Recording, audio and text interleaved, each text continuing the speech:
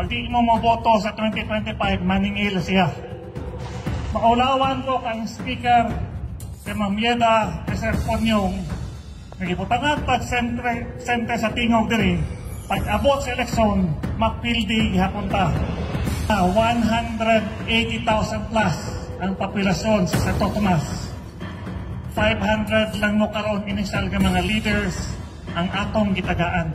Naunahon na to ang mga leader imao ni atong saligan pag-abot sa eleksyon. Saro po kita makonsensya tanan muagi ang Ponyong Gaponada. Nianhigi sa diri sa Santo Tomas para ipaabot sa inyo ha, pag di mo moboto sa 2025, maningil siya. Dali kay ta makalimot. Mihatag tag 5 billion, matag tuig, 15 billion sa akong first term, gikambyo ko ninyo manok. Huna-huna 180,000 plus ang populasyon sa Santo Tomas. 500 lang mo karon initial nga mga leaders ang atong gitagaan. Tanan pwede, pero nagdesisyon ay niyapay sila, ako.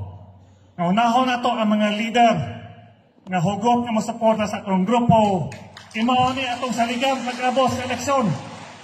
Maulawan ko kang speaker kay Mamieda Sir Ponyong nagibutangan pag sente sa tingog diri pag abot sa eleksyon mapildi gihapunta